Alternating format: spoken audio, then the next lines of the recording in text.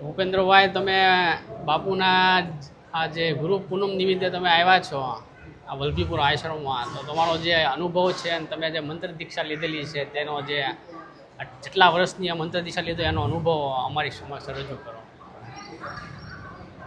ઉપેન્દ્રસિંહ ડોડિયા, પૂર્વ child welfare committee chairman, Bhavnagar જિલ્લો. આજ રોજ 10/7ના રોજ જણાવું છું કે પરમ પૂજ્ય સંત શ્રી આસારામજી બાપુની મેં છેલ્લા 28-29 વર્ષથી મંત્ર દીક્ષા લીધેલી છે અને ઘણા બધા મને એવા બાપુના અનુભવ થયેલા છે. શરૂઆતમાં તમને કહું તો અમે મંત્ર દીક્ષા લેવા જતા હતા ત્યારે પણ અમને એવો અનુભવ થયો હતો કે અમને વાહનમાં જે વાહનમાં અમે જતા હતા એમાં એ વાહનમાં ખોટવાઈ ગયું હતું વાહન. પછી અમે બાપુને મનોમન પ્રાર્થના કરી એટલે વાહન ફરી ચાલુ થઈ ગયું અને અમે ત્યાં સુરત ગયા કે બાપુએ દીક્ષા આપી દીધેલી હતી અને બાપુએ એમ કીધું કે દીક્ષા તો દેવાઈ ગઈ છે. તો અમે મનોમન મૂંઝાણા.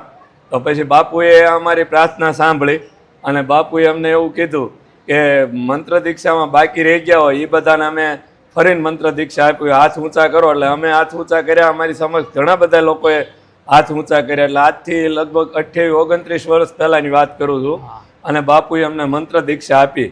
એ પછી હું એક 4-5 વર્ષ પહેલાંની વાત કરું તો 5 વર્ષ પહેલાં હું ને અમારો દીકરો ઇન્દ્રરાજ બે, આ અમારો દીકરો, અમે બંને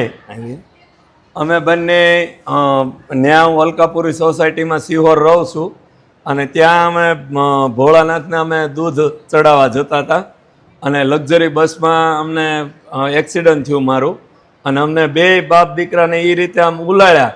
લોકોને એવું જ લાગ્યું કે આમાં બેમાંથી એકાદ વ્યક્તિ ન હોય, પણ અમને બાપુની દયાથી એક પણ ખરોચાઈ નથી વાગી. જાણે કે અમે નીચે પડ્યા, તમે ગાદલા નીચે કેમ કોઈ અમારી માટે ગાડલું નીચે મૂકી ગયું હોય એવો અમને અનુભવ થયો. અમને ખરોચ પણ નથી આવી અને તમારી સામે અમે ઊભા છીએ.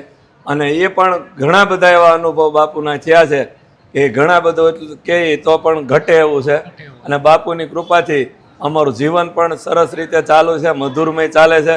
લોકો ગમે એ વાતો કરતા હોય પણ પરમ પૂજ્ય સંત શ્રી આસારામજી બાપુના અમે આખું ઘર મંત્ર દીક્ષિત છીએ અને અમને બાપુની કૃપાથી જ અત્યારે પૂર્ણ સ્વસ્થ અને સારું એવું અમે કામ કરી રહ્યા છીએ.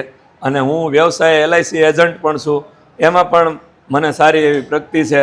રાજકીય ક્ષેત્રે હું જિલ્લા ભારતીય જનતા પાર્ટીનો ઉપપ્રમુખ છું અને ચાઇલ્ડ વેલફેર કમિટીનો પૂર્વ ચેરમેન છું. રાજકીય ક્ષેત્રે પણ અમારી ખૂબ પ્રગતિ છે અને બાપુની દયાથી અમને ઘણું બધું